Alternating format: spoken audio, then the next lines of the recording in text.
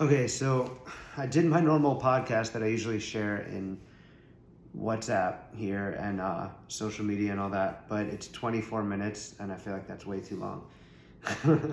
So I'm just going to share a couple of thoughts from the book, Light of Infinite, The Genesis of Light. My second book came out today, The Exodus of Darkness, so get that on Amazon if you like. Okay, so last week we were learning about Yakov and Esav, and Yakov is Ish Tam, Yoshebo Alim, so he's this sort of a simple person connected to spirituality, sitting in the tent learning. And when Esav would come into the tent, Yakov would run the other way. And he was sort of avoiding facing the things that he needs to face because he was existing almost in this bubble, in this spiritual bubble connected to Hashem, which is amazing. But because of that, there were also limitations. And when he had the prophecy that he'd have from Hashem was a lower level prophecy. It was coming in the form of a dream. And also Avimelech and Lavan and Bilam had a similar prophecy in that same way. So it wasn't the highest level.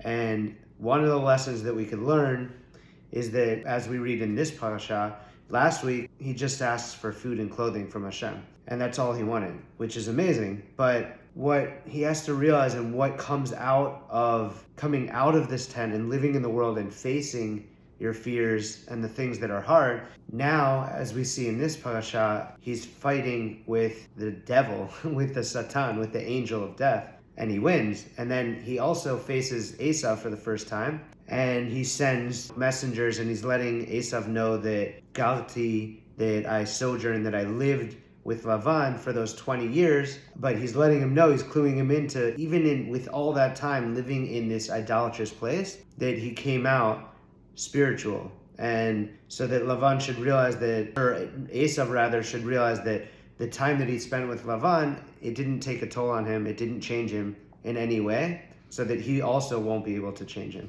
And he came out with cattle and all of the things that are viewed as somewhat riches or whatever material, letting him know that he came out not only still connected purely to Hashem, he also came out with, Lavan had basically ushered him out with this wealth in a sense. So really one of the things that we see here also is that when Yakov faces Esav, that he reaches this other level because he's facing and he's existing in this world and he's spiritualizing materiality. So at this point, he actually is starting to accumulate wealth because he knows how to spiritualize it.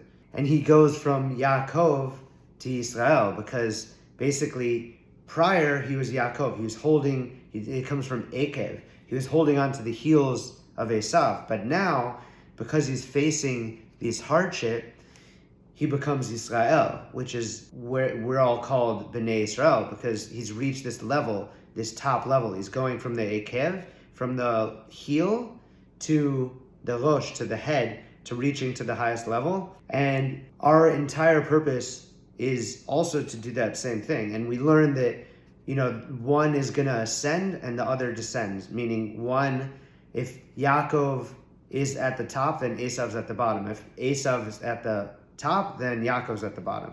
And we also learn that Yakov represents the spiritual side, our soul, and Esav represents the body, the physical, and these are always at odds with each other. And in Shema we read, Levavchem, that we should serve Hashem with both, our yetzer hara and yetzer tov. So that's using our Esav that is within us, and also our Yisrael, or our Yakov that's within us, and we need to unify these things and have the yetzer hara, have the Esav serve the Yakov, serve the Israel, and that's how we have the final redemption. And you can read, you could jump into the rest. This is only touching a little bit. But one of the other things is when it says Garti, when it says that he had dwelled and sojourned in Lavan's house, that's also connected to Taryag, which is numerical value, the gematria of the 613 commandments. So we learn that he was connected fully to those. And the Baal Shem Tov actually talks about also being in an idolatrous place. And you would think that, being on this high level, that he would be come out sad from that place because he wasn't able to fulfill the mitzvot. But the Baal Shem Tov actually said, because the idolatrous place is similar to, let's say, a bathroom or a dirty place where you can't even think of Torah. And that being bitul, being thinking of like nothingness and not thinking of the Torah in the same way, is almost being completely connected to it. And you could say the same with Yakov, because some ask, how could he have kept all of Torah if he's not in Israel, and for these different reasons? But in some ways, if you're in a place where you can't keep any of it and you're concentrating on not doing that, it's almost connected to doing it and keeping all of Torah. Anyway, that's a different sort of esoteric thought. But yeah, Shabbat Shalom. And you could jump in further in light of the infinite, the genesis of light. Much love.